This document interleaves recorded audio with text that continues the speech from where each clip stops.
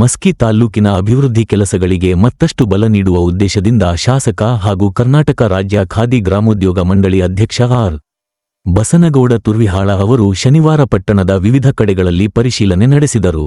ಮೊದಲು ಪಟ್ಟಣದಲ್ಲಿ ಸುಮಾರು 8 ಕೋಟಿ ವೆಚ್ಚದಲ್ಲಿ ನಿರ್ಮಾಣವಾಗುತ್ತಿರುವ ತಾಲ್ಲೂಕು ಆಡಳಿತದ ಪ್ರಜಾಸೌಧ ಕಟ್ಟಡವನ್ನು ಪರಿಶೀಲಿಸಿದ ಅವರು ಕಾಮಗಾರಿ ಗುಣಮಟ್ಟ ಹಾಗೂ ಪ್ರಗತಿ ಕುರಿತು ಅಧಿಕಾರಿಗಳಿಂದ ವಿವರ ಪಡೆದರು. ತದನಂತರ ಅವರು ಸರ್ಕಾರಿ ಪಬ್ಲಿಕ್ ಶಾಲೆಗೆ ದಿಢೀರ್ ಭೇಟಿ ನೀಡಿ ವಿದ್ಯಾರ್ಥಿಗಳೊಂದಿಗೆ ಸಂವಾದ ನಡೆಸಿದರು. ಅವರ ವಿದ್ಯಾಭ್ಯಾಸ, ತರಗತಿ ವಾತಾವರಣ, ಶೈಕ್ಷಣಿಕ ಸೌಲಭ್ಯಗಳ ಬಗ್ಗೆ ವಿಚಾರಿಸಿದರು. ಶಾಲೆಯ ಬಿಸಿಯೂಟ ಕೋಣೆ, ಸ್ವಚ್ಛತೆ, ಮಕ್ಕಳ ಆರೋಗ್ಯದ ದೃಷ್ಟಿಯಿಂದ ಅಗತ್ಯ ಕ್ರಮಗಳು ಸರಿಯಾಗಿ ಅನುಸರಿಸಲಾಗುತ್ತಿರುವುದನ್ನು ಪರಿಶೀಲಿಸಿದರು. ಇದೇ ವೇಳೆ ಕಲ್ಯಾಣ ಸಾರಿಗೆ ಸಂಸ್ಥೆಯ ಘಟಕಕ್ಕೂ ಭೇಟಿ ನೀಡಿ ಕೆಲಸದ ವ್ಯವಸ್ಥೆಗಳು ಗಮನಿಸಿದರು.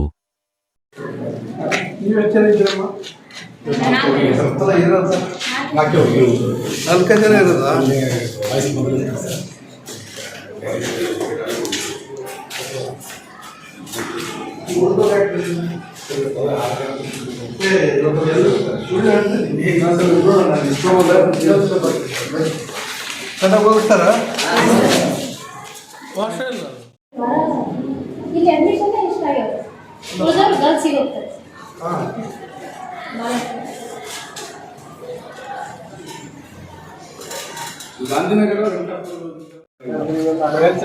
ರಿಪೇರಿ ಮಾಡೋರು ಹೆಂಗ್ ಮಾಡ್ತಾರೆ?